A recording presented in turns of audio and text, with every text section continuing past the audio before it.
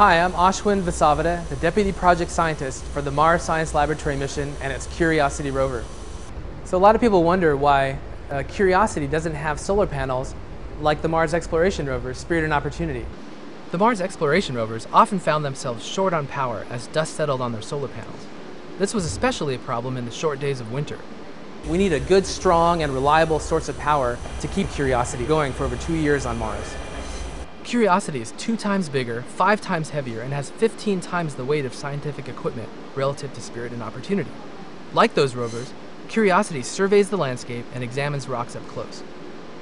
Curiosity's scientific mission involves driving around its landing site, perhaps up to 15 or 20 miles, collecting samples of rocks and soils with a big jackhammer drill located on the end of a 6-foot robotic arm.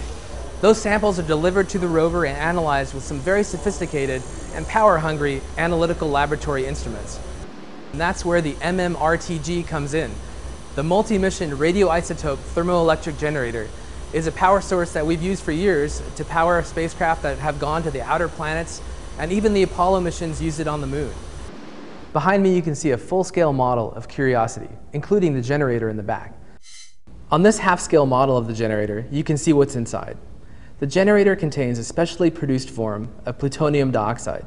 The natural decay of this radioisotope gives off heat, which these thermocouples can turn into electricity. The generator provides both electrical power and heat to the rover. About 100 watts of electrical power is used to continuously charge the rover's battery. Also, heat can be pumped off of the generator using pipes to keep the rover's insides warm, including the scientific instruments. With Curiosity's generator, there's a guaranteed way of charging the battery year-round in all sorts of conditions. Curiosity's generator was developed by the Department of Energy and will be installed on the rover just a few days before launch. But to make sure everything works together properly, the engineers installed the actual generator on the rover for the first time. The blue light that you see was just additional lighting to help them make sure they could see what they were doing. The Curiosity rover and the spacecraft that'll take it to Mars are currently in Florida, undergoing its final preparations for launch. Everything's going well, and all of us on the science team can't wait for its launch later this year and its arrival to Mars next summer. I'm Ashwin Vasavada, and this has been your Building Curiosity Update.